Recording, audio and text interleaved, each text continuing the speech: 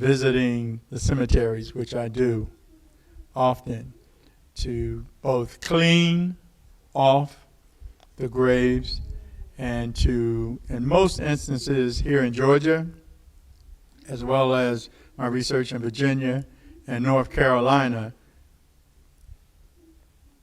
those cemeteries are usually augmented by very small churches that have records. So utilizing that, for me, has been the best. Okay. For me, my resource is Family Search. My ancestors are from the Caribbean, so in terms of the enslaver, I'm not there yet because my challenges are it's not so easy to identify because race is not part of a lot of the records, so, and names are very common, so I'm still working on that. We had a question. Hi, thank you for your presentation. Has been very, very good for me. I've done some genealogy in the past, and I hadn't done a lot in a while, but I'm going to jump back into it and start digging. The issue that I had the most was with the 1890 census not being available. How do you get past that? Because I have that 20-year gap there between 1880 and 1900 that I just can't. There's a lot of people that just vanish in that space, and I'm wondering if you've been able to overcome that or how you do that. Thank you.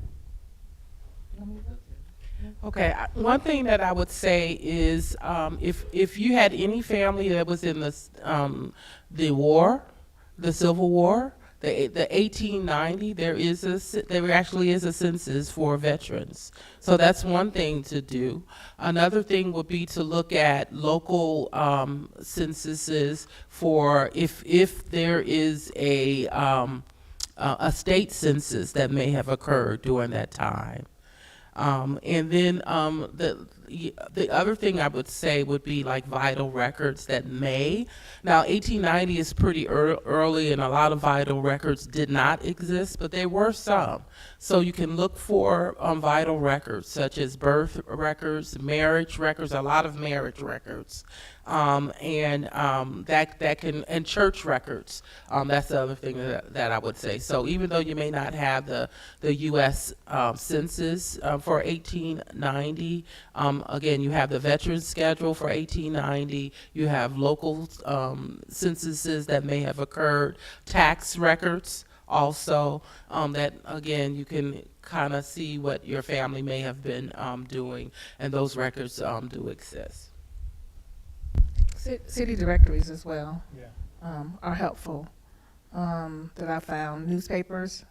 If you know where your ancestor was between those 20 years, that's helpful as well. Church records. And I would say something odd, use the slave narratives, because although it's talking about slavery, sometimes in an interview they talked about other things that were more recent, so it didn't necessarily have to be just about slavery. So you may find something, and don't look just for your relative, just look in the area that you're researching and just see what you may find. One more thing. Sir, which states are you researching? Louisiana mostly, There you go. and some Texas, West Texas, Infield. Okay. My father's family from, but my mother's family is all from North Louisiana, Arcadia, and all that area. Bienville Parish. And so I do the same thing with the cemeteries. I walk the cemetery. Yes. And guideline, and I can go back to 1820 birthwise. So that's as far as I can go. And but there's a little space that I can't quite. Yeah. This is some good like options I hadn't thought about. Yeah. Good. Yeah, thank you all for being here. Also, the new International African-American Museum in Charleston has a genealogy center too, and they do it by state too. I wanted to ask you all about what's the best DNA service, or maybe even most ethical DNA service. I know they are all now in their businesses, so some of them are selling their information. So I'm just interested in that. And my other question is really about kind of the future of genealogy too. I'm also interested in my family's migration patterns. Have you all done anything with not just finding your families, but also like mapping their migration patterns, and if there's any interesting things y'all finding out about that? So the first question about AI, so I've tested with Ancestry, of course, 23andMe, and Family Tree DNA. And all three I've tested with, because not everybody tests with Ancestry, not everybody tests with 23andMe, and so on and so forth. So I kind of spread the wealth a little bit. Of course, 23andMe is in a little trouble right now. I don't know if they're going to be around, but I did opt every time I tested to throw away my DNA. Don't store it. But you don't know what they're doing with it. I just have to I'm using it for my personal gain. If they want to use my DNA for something, if it's going to be helpful, then use it. I don't care. But I'm using it for my personal gain to find my family. So to me, it doesn't matter. As far as migration patterns, that's very important when researching your family. You have to know where they were, how did they get to where they came from. So on one of my branches, in the late 1700s, their enslavers were originally from Maryland. And then they ended up in South Carolina. And then they ended up in my hometown of Columbus, Georgia. And then some of them ended up in where I say my roots are from, in Stewart County, Georgia. Of course, doing research, my roots are everywhere right now. But you have to trace.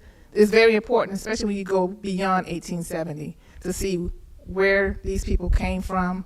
Then you have to start researching what I call the white folks and see where they came from and figure out what kind of records may have been left from that traveling.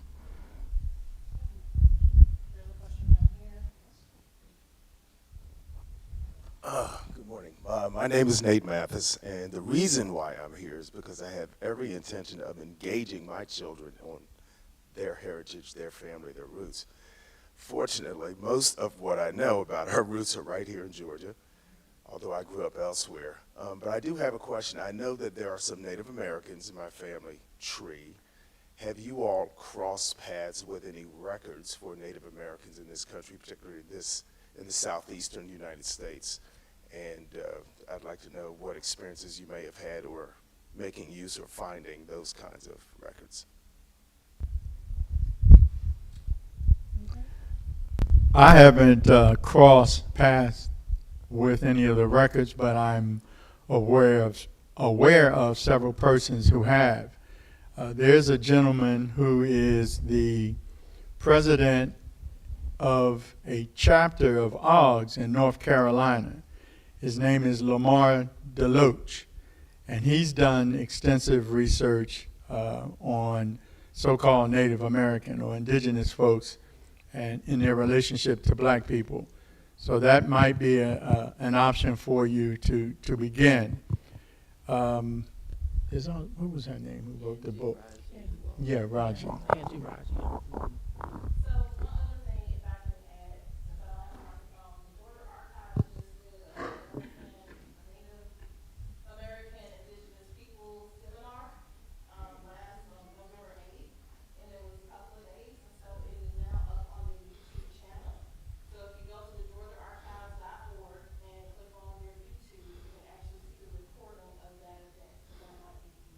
Mm-hmm. The other thing I was going to say is that Maggie, the Midwestern African American Genealogy Institute, they actually, one of the tracks is that of doing native research. So one of the tracks that is there, and I think Angela Watson Raji is the coordinator for that track. She also has several books on the subject, and the other person I would say would be Nika Smith. Nika is, I think she is Cherokee. I think she's Cherokee, and she also has done a number of research. So though Nika Sewell Smith and Angela Watson Raji would be like who I would say are the experts, and then Maggie has a actual track that talks about the different records specifically for those who may have been enslaved by the 5 civilized tribes. So-called. So-called. May I ask you a question? Have you done your DNA? Not yet. Okay, so what I might recommend. Mr. Stephenson. Okay. I'm getting over it in part because, I'm up there in years, it's not gonna be too much they can do. Okay. I'm realizing that, I think there's more to gain than to lose, so. Yes, Okay. I'm turning on a lot of this. yes. So what I might recommend to you, you might want to do your DNA first before you do the other stuff. Just to see what your admixture is first, is the way I'll put it. Yeah, I used to think I was a Cherokee princess. Hello. I'm sorry. Go ahead. Oh, I was just gonna say, I was commenting to her, I used to think I was a Cherokee princess. I have no I have like a 1%, less than 1% Native American. So I am not that Cherokee princess. So make sure you try that DNA.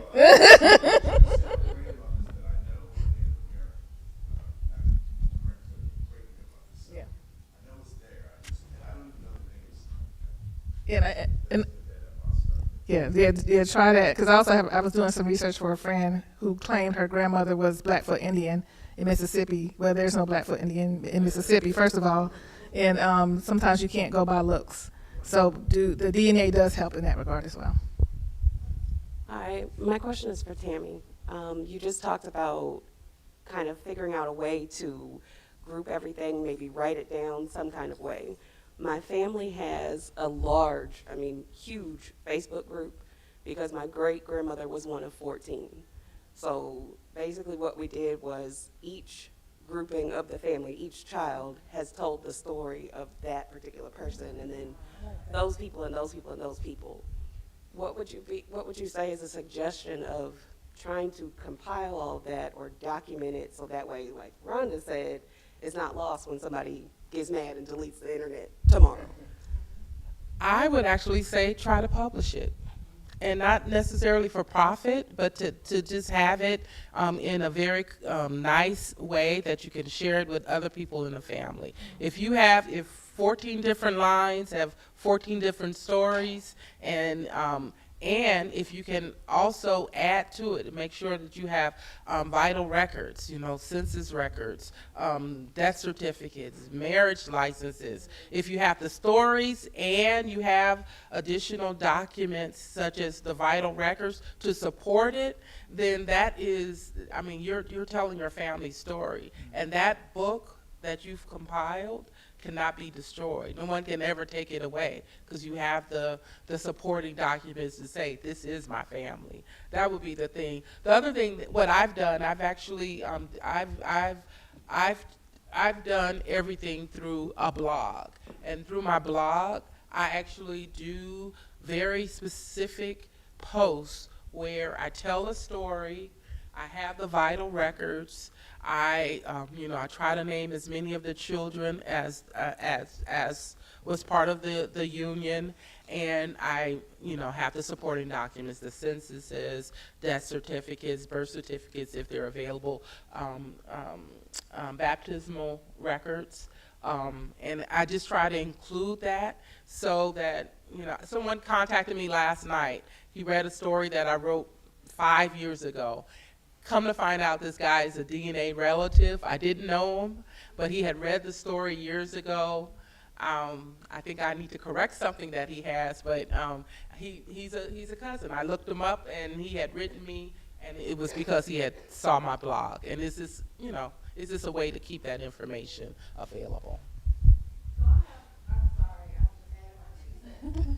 So since you have those stories, those profiles, I would go ahead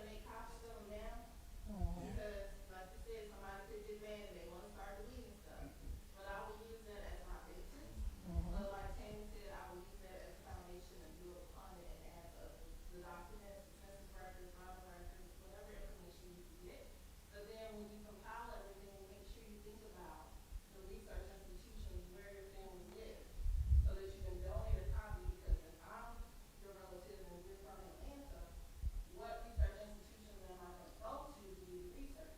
For me, Auburn Avenue is one of those locations. So you gotta think about that as a place of where you place your stories. Okay, so you're saying like, so that Grayson family is from Mississippi and Arkansas. Okay. So find out basically what the Auburn Avenue version. Yeah. Yeah, I mean, even if you want to bring the Auburn Avenue, they're sitting there in argument. But, you know, we're trying to build our family history collection as well. And so we talk about the film programs, which we're still collecting. So y'all have film programs, you take originals, you take copies, you know, touch with me, I have a card, okay. So just let me know. But think about the state archives, the state Mississippi and Arkansas. Think about the state archives as well as the local repositories in the counties where your family are from. Okay. I know that documents exist because part of my job as the family historian junior was that was the documents part of it, and finding the certificate, finding the marriage certificates and things like that for certain portions of the family. So the family tree is, I think it's got like 700 people on it. It's ridiculous. So I was just trying to figure out how to, like she said, get all this in one anyway. But thank you, that helps a lot. Look at family genealogies that have already been published, just to kind of get some ideas, because there's certain numbers and themes that they have out there, and just to get inspired. Like we have the family genealogies here, the Georgia Archives, CS71 has a ton of them. So just look at some existing family genealogies so that you can start working with the comments. You know, as the family junior historian, depending on, not even so much depending on, but once your family has a family reunion, it's important to have a document. It doesn't have to be too comprehensive of all 700 or more. But something like this. I recently had a family reunion in Sparta, Georgia. Sparta, Georgia is primarily a black town in Hancock County, and there's one library. And there was very little of the family information in that library, though that my family on my mother's side, on my maternal side, had been there for 200 years. So doing a family booklet, I donated to the library. And it is just a tremendous resource because many of the names, for example, on this tree, they don't know one another. They have no idea. A little story here, a little story there. But having something there to connect, hopefully in the future, this will be utilized by the library. So that's just an idea. So one more plug, I'm sorry. So, Auburn Avenue is y'all library. We have an international collecting policy. Like I said, one of the things we're trying to do is to build our family history collection. So just like Barbara Jean just talked about the family reunion booklets, we accept those as donations as well. Okay. So, yeah, you guys will hear more. Make sure you get on our mailing list, because we are really gonna work hard to build those collections. And so also consider joining Oz, because Oz is one of our partners, whether they know it or not. But we're gonna continue working to build these collections, because we already have general program collection that we're building, because we're about to digitize the second batch, but we're still trying to build those collections, because we know we need a foundation as well. So that's what we're working hard to do. And so now that I'm here, I get to spend a lot of time doing that and working closely with Derek. So just a plug. Just can't. Hey. Hello. How do we find information about our ancestors before they were slaves? Is there a way to do that? Well, first you have to kind of start with what you know. You start with yourself, and you have to work backwards. So you're not gonna find them right away. You have to do the research. For me, it started with a 4th grade family research project. I'm not gonna tell my age, but it's been a while, and I'm still researching. All right, so you can't just jump to Africa and find your person. You got to do the work. You got to start with you, start with your parents, and keep going back and back and back. And it takes a while. Just because we research all the time does not mean that I have not found my African ancestor. So I don't worry about that right now, because I still got to get past the 1800s and then figure out when did they come to this place. And then from there, how did they come to this place and what was their name before they changed it? So there's a lot of variables that you're not going to be able to just go straight to Africa and find your person. So it's not a lot of people have done it. Let me just add to that and really kind of just emphasize what you said. You don't start in Africa. You have to start from today, and you move systematically backward. You know, and I think that's because it's a challenge just to do it that way. So if you try to jump generations, then you're going to really be frustrated. So the way is to be systematic. Now, you can get some clues. DNA can give you clues, right? They can tell you what your ethnic makeup is, where part of your family may have been from. But if you want to kind of get back to that ship, then you have to be systematic and don't jump to the ship. Make sure you understand you're working backwards systematically. Hi. Oh. Okay. Good morning. I just wanted to make a comment in regards to doing research and what has come out now that can kind of push you forward a little bit or help you when it comes to jumping over that brick wall.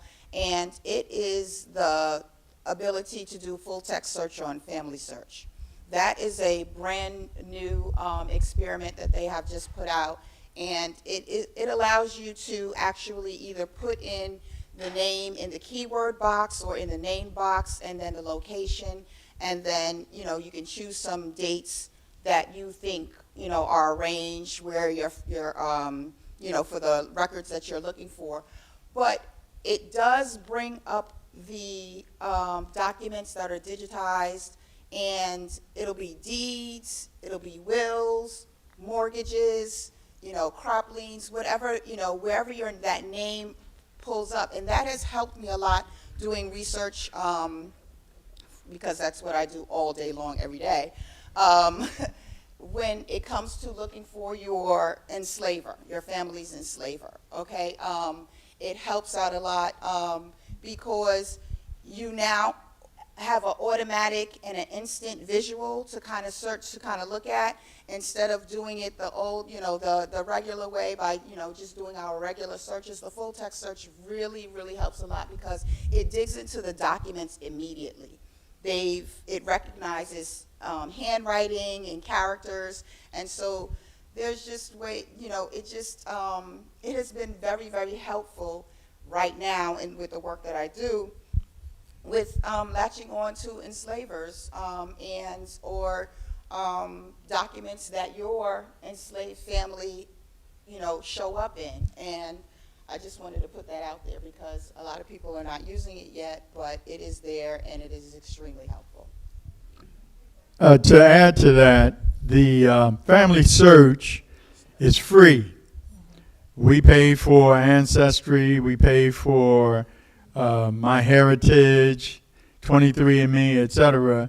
Family Search is probably, I'm not certain what their database capacity is, but Family Search can provide you with as much, if not more than, these other platforms that we're paying for. So FamilySearch.com, shameless plug.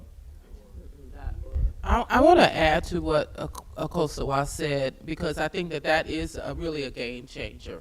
But I think you still have to make sure that you're doing the work, because to utilize that tool in FamilySearch.org, you still have to know You have to make sure you're in the right location.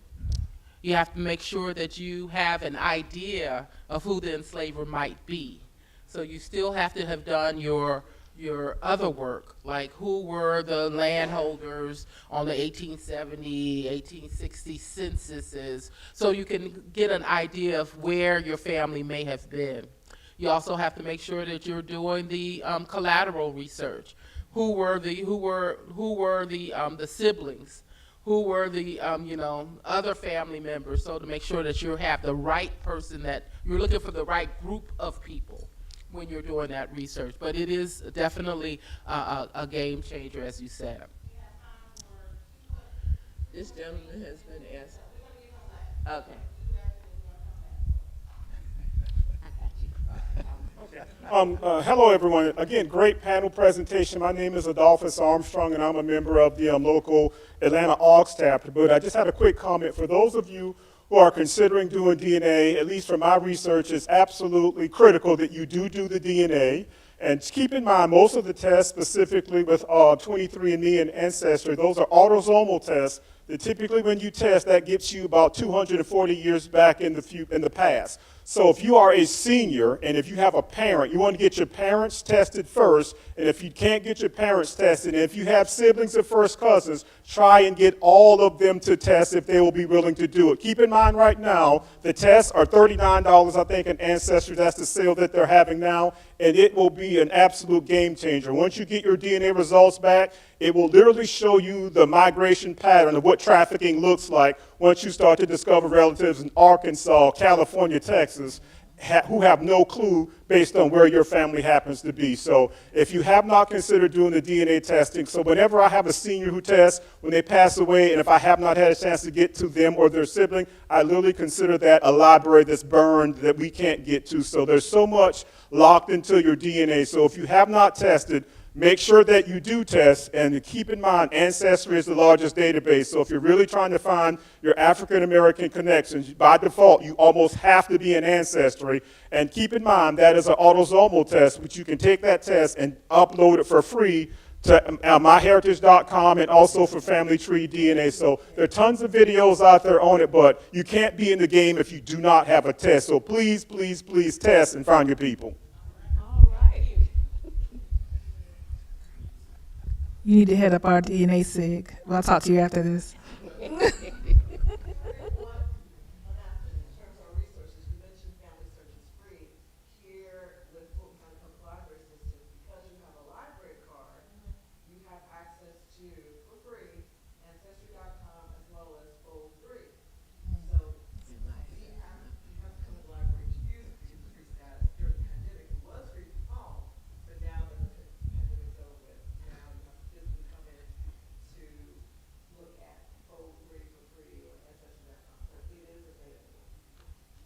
Thank.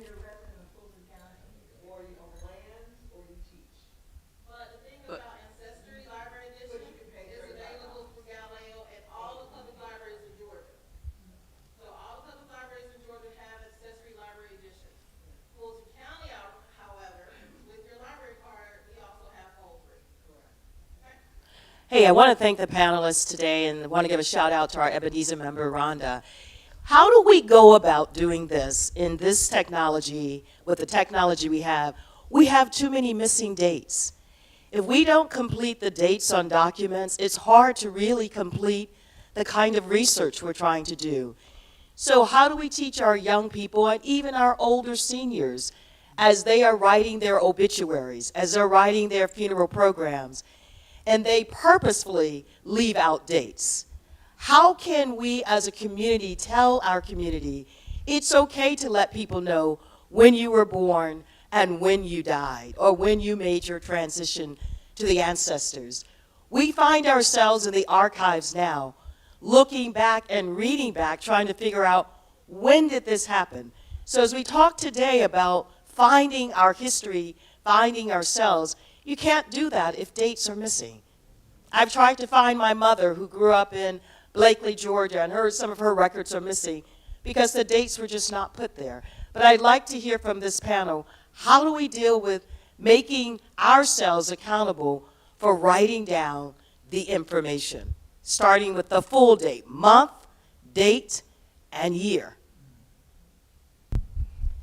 I think it's, truthfully, when we do things, we just don't think about the future. We just are in the present. So I can go back to things in my research, and I can't even tell you when I did it, because the simple thing of writing down the date on it wasn't on my mind at that date. It was, I found this and I'm so happy, and now I need to go back and find it. Don't remember where I found it, you know. So I think it's something that we have to train ourselves to do in terms of what has happened, and trying to make someone who is a senior remember what happened. You may need to go and find something around that time to kind of boost them to remember, oh, I was 16 when that happened. So then that will help you establish a year, right? It may not be the date, but the year may be helpful. And from there you can jump off and maybe find a newspaper article that can give you that specific date that you're trying to obtain.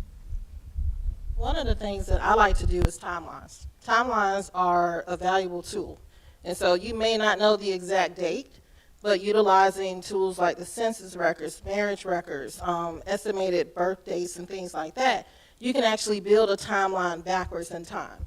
So you may not have the full dates, but you can look at the records and get the clues in terms of ages. Like when you're looking at the census record, we talked about migration. Where were the children born? That kind of gives you an idea about their migratory path as well.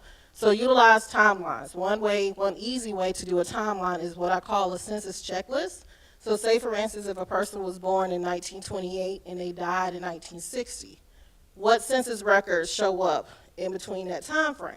So that is the beginning of your timeline. So 1930, 1940, 1950. And if the person was a male, what document did they have to have? One of the draft cards. Were they old enough to have World War I? Were they old enough to have World War II? What about marriage? What about the ages of the children? What about the dates that they were born? So there's a way to build a timeline for an individual just with a few bits of information. I was telling somebody the other day, give me a funeral program. That's a great starting point. Now we know we got to take everything in a funeral program with a grain of salt, because some people include information, they exclude information. They add some stuff that ain't supposed to be there, but it's a great foundation tool. So like the panelist said, trust and verify. Use all the tools that you have in your toolbox, but also trust and verify. So some of the other simple tools would be with the parent going to school records. Where did the parent work? I mean, you know, it's the real simple things that will give you real good clues. Medical records, you know, was she ever sick? When you were sick, where did you go to the doctor, the hospital, etc.? It's those kinds of things, because in the archives I'm not certain about doctor records, but I know with hospital records, some vital records are in archives. So you just have to, just like Tammy was saying, you have to do the work. also think about newspapers. So location and date are two important factors, but newspapers are the social media of their time. Yes. She gave me the mic, but she wanted. Well, hey, I just love genealogy, and well, you know, I get passionate, so I can't keep my mouth closed, so my apologies. But newspapers, during their time, they were the social media. So you can get everybody's business from the newspaper. Like in Macon, the Macon Telegraph, it told you who went into the hospital, who came out the hospital. So newspapers, you know, learn the dates, learn what newspapers are available during that time. Check newspapers.com, Chronicling America, the Georgia Newspaper Project, depending upon your location. But think about newspapers, okay? I promise you got the question. Well, you know, they say you save the best for last, I guess. Now, after listening to everything, first thank you, panel, and my wife for bringing me, and everyone else and all your questions that you brought out. The reason I wanted to say something is because I'm not a researcher. However, I am in college. I went back to school, and I got a 4.0 right now. All right, all right. Yeah, in human services. But listen, out of everything you all spoke about, my wife had to dispel my family's tree that we all thought my mother's mother had Indian, and she had to go and dig it up and prove the family wrong. We're mad about that. But on the serious tip, I'm supposed to be at home getting ready to watch Ohio State play. She brought me here.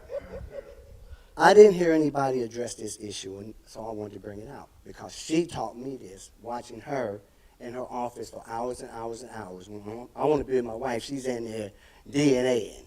Okay. There was points when she brought out that she spent hours to get past a bridge where when the census people would come to the homes back then and ask who's in the home, you may have Lynette, and they say, oh, Nettie, back there, and they get the wrong name. Right. So it's not recorded as Lynette, it's recorded as Nettie, so now you've lost that contact. So, you get some nieces, and, we got all our nicknames, So how many of those nicknames have thrown you off of your chase? How do you, what tricks do you have to overcome that obstacle? All right now. So one of the ways that you can research name changes, because they do happen, and it depends on when the enumerator knocked, who was home. I tried it in 2010, and Lord, time you got back there the fourth time and no one was home, you really wanted to speak to anyone. So then they could. So they can go next door and ask Tammy who lives next door. And she says Henry, although his name is Hank. So what you have to do is you have to follow clusters, like Tammy said. So you have to follow. So Hank 1 year, Henry the next, but Sarah is consistent with John and Sally. So then you're realizing, and the ages are bumping the 10 years. So you realize this is the family, but the name keeps changing. And it could be spelling. My brother-in-law's last name now is Glaspie. From everything that I figured out for him, it started as Gillespie. So they kept adding letters, taking away letters, putting it, rearranging them, but it's still the same family. So you just have to look at the cluster. She's the researcher. I just be listening. Well, now you can help her. No, I got my schoolwork. So that's my tip. No, I think you hit the nail on the head. That's exactly what you need to do. You have to follow families, and you have to document all of those different changes. Like if it's Henry and Hank, 1 year it may go back from Henry to Hank, and then Henry again. So you have to document that information. But you're following the families, and that's why it's important, because you may have similar names. You may have, in my family, there's a Francois Frank. There's several of them, and we always get them messed up. So we have to look at the wife. We have to look at the children to make sure we're following the same person, looking at the different censuses. So we have about 5 more minutes. Yeah, we got time enough for about 2 more questions. Mine's short. So I'm just curious, how are you storing your family history? Software, online trees, notebooks? All of them. I use Family Tree Maker. I use my Ancestry. I have my own little folders on my computer. I have stuff in the cloud. I have stuff on I have it everywhere. I have notebooks, old notebooks from when I first started. I even went out and bought the cute little binders. I don't even know why I bought them, because I can't even organize that stuff right now. But I use them. I use everything, and sometimes it's duplicated information. But I have stuff everywhere, and one day I'm gonna get to the point where I'm gonna organize it. But I know where it is, but but that's what I use. I don't keep stuff. Even though I use Ancestry, Family Tree Maker can bring it down to my computer, so it even brings down all the images of the census records that I've looked at. So those things are stored on my computer. So I love Family Tree Maker, but there's others out there. But that's a good tool to use as well. Mm-hmm.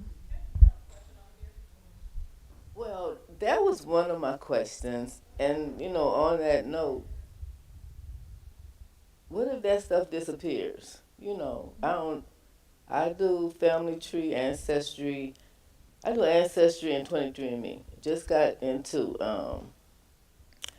family tree, or the one with the Mormons made. Uh-huh.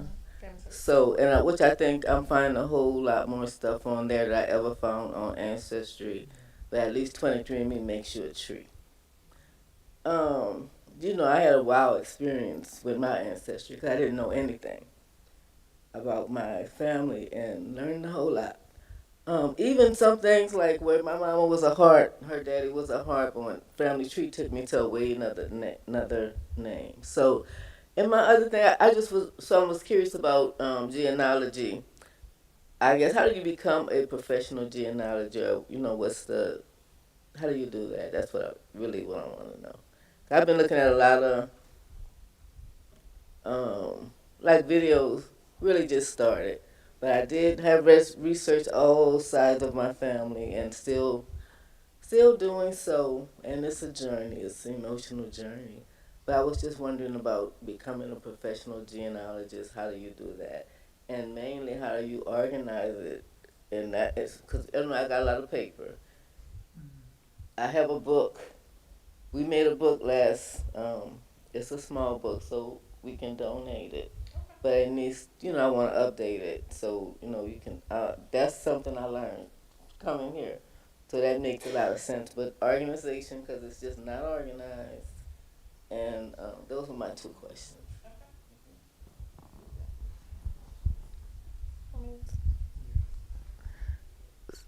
So to get started, I'm not a professional genealogist.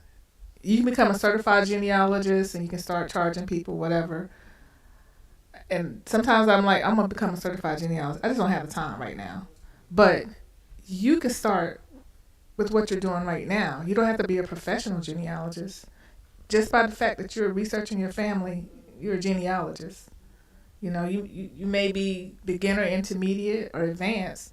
You're a genealogist. You're doing the research, so you don't have to become a professional. But there are organizations. It escapes me. I just know the BCG, AP Gen. Yeah, board certified genealogist. That's the main one. AP is it AP Gen? Yeah. And join genealogical societies like AAHGS. Join Georgia Genealogical Society. Join National Genealogists. Join those organizations. Go to the conferences, and that way you learn more. You get to expand your research capability. I'm still learning. I've been doing this a long time, but I learn something new all the time. I learn something new from these people here. I don't know everything. Sometimes I go back and I do a refresh. Like right now, I'm refreshing my research and starting over because I'm real bad about citing my work. So now that's my project, to go back and cite my sources and make sure I have so I don't have to keep going back trying to find stuff. I know exactly where it was. I know when I did it. So you never stop learning. You don't have to be a professional. You're a professional already. You're already doing it. You got a book? I haven't even got my book out yet. I got 3 books I'm starting. I haven't even finished them. So, so you don't. That's how you start. You start with self, and you just start doing the research.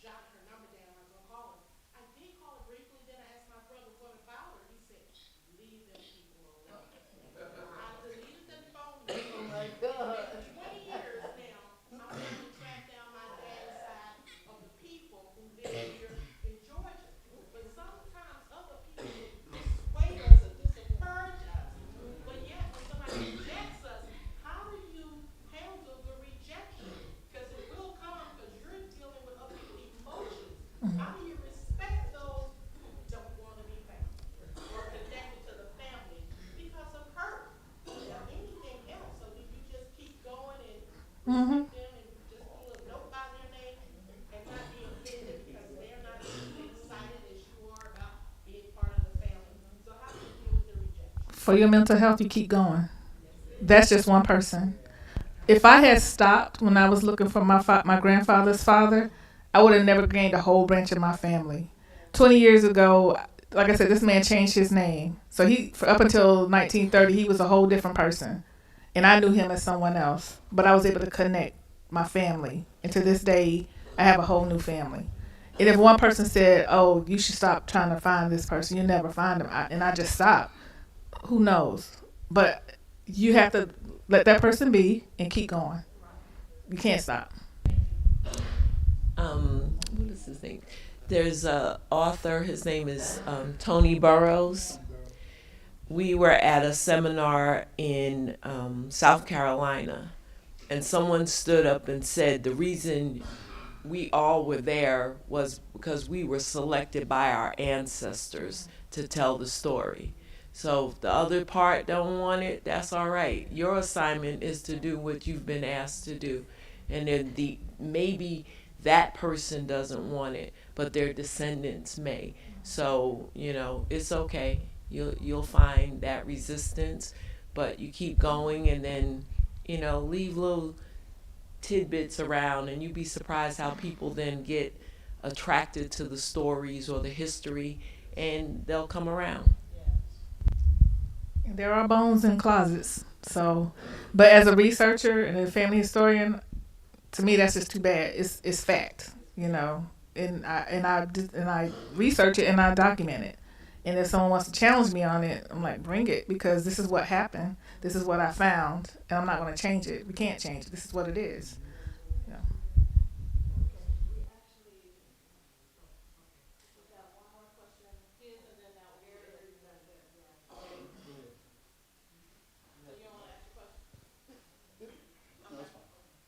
So we want to say thank you to our panel. Before we leave, I want to, before you clap, I want to offer a shameless plug for the Afro-American Historical and Genealogical Society Incorporated, of which four of us are members, and there are a couple folks as well in the audience, including Tamika. Now, one of the aspects of this national organization, aside from the fact that each year there is a national conference. This year, there was a national conference last month, and it primarily was virtual. The theme was fighting erasure, staying visible by keeping African American genealogy and history in focus. So this is the quarterly newsletter that the organization issues.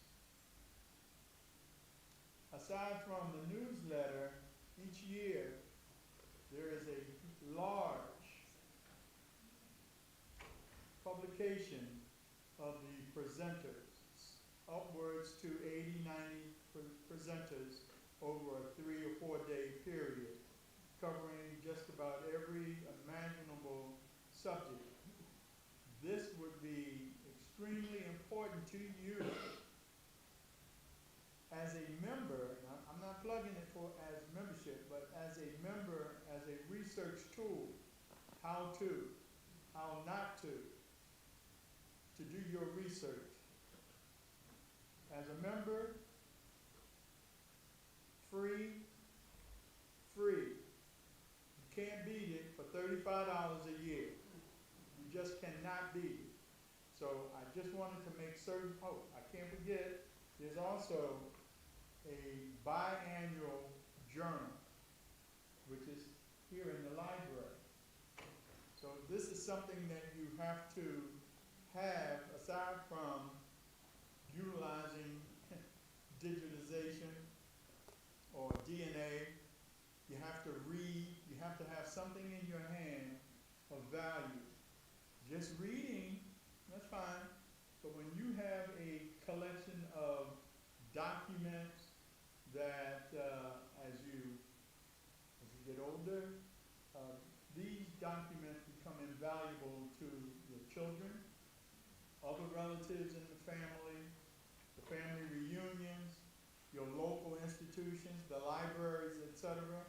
because at some point you may decide to, if the family doesn't want to donate them to the local library, such as AARL.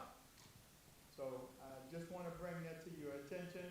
So if you're considering membership in an organization, consider AAHGS. You can rush to Ancestry, you can rush to 23andMe, but you also have Family Search. You have something that's free, that is there 24 hours for you. Work, home, you know, you just have all kinds of tools at your disposal. So you don't have to rush out and spend a whole lot of money trying to get something. There are those free resources. So I suggest you come back to AARL at some point and begin your research or continue your research or augment your research. That's it. Thank you. So that's it. So thank you, panel.